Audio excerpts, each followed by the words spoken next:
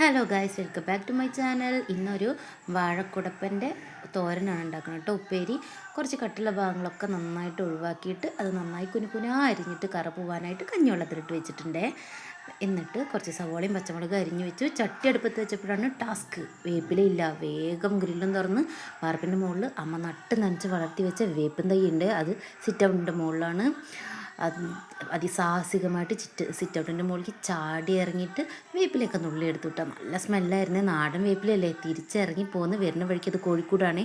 നമ്മുടെ പറമ്പിലോട്ടൊന്ന് കണ്ണോടിച്ച് വീണ്ടും തിരിച്ചതേ വന്ന് വേപ്പില കഴുകി വെച്ചു കേട്ടോ. എന്നിട്ട് ചട്ടി ചൂടാക്കി എണ്ണ ഒഴിച്ചതിന് ശേഷം നമ്മൾ അരിഞ്ഞു വെച്ച സവാളയും പച്ചമുളകും അടുപ്പത്തിട്ട് ലേശം ഉപ്പിട്ട് വേഗം വാടി കിട്ടാനാണ് നന്നായിട്ടൊന്ന് മൂപ്പിച്ചെടുത്തേ. നന്നായി വഴറ്റി ഒന്ന് നന്നായിട്ട് മൂപ്പിച്ചെടുത്തു കേട്ടോ.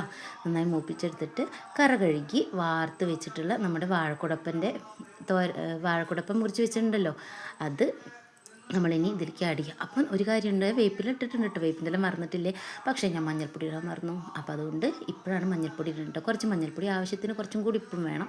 അപ്പോൾ ആ ഉപ്പും കൂടിയും ചേർത്ത് കൊടുത്ത് നന്നായിട്ട് ഇളക്കി നല്ല സെറ്റപ്പായിട്ട് നന്നായിട്ടെല്ലാം ഒന്ന് ചേർത്ത് കൊടുത്തു കിട്ടാം. എന്നിട്ട് എല്ലാതൊന്നും ഒരുമിപ്പിച്ച് കൂട്ടി അടുപ്പത്ത് വെച്ച് ഒന്ന് അടച്ച് വെച്ചുവിട്ടാൽ വേവാനാണ്. എന്നിട്ട് കുറച്ച് കഴിഞ്ഞിട്ട് ഒന്നും കൂടി തുറന്ന് കുറച്ച് വെള്ളമൊക്കെ വന്നിട്ടുണ്ട്. അപ്പോൾ നന്നായിട്ട് ഒന്നും കൂടി ഇളക്കി ചേർത്ത് ടേസ്റ്റ് നോക്കുമ്പോൾ ഒരു നുള്ളു ഉപ്പിൻ്റെ കുറവുണ്ട് കേട്ടോ. അതും കൂടി ഒന്നും അങ്ങോട്ട് ചേർത്ത് കൊടുത്തേ. വളരെ ഹെൽത്തി ആയിട്ടുള്ളൊരു ഉപ്പേരിയാണ് ഇത് കേട്ടോ. ഞാൻ പറഞ്ഞു തരേണ്ട ആവശ്യമില്ല, എല്ലാവർക്കും അറിയാമല്ലോ. നന്നായിട്ട് ഇളക്കി അപ്പോൾ കുറച്ച് വെള്ളമൊക്കെ വറ്റി എണ്ണ തെളിഞ്ഞിട്ടുണ്ടേ. അങ്ങനെ ഉപ്പേരി സെറ്റായിട്ടോ. നമ്മൾ അടിച്ച് മൂടി വെച്ചേ.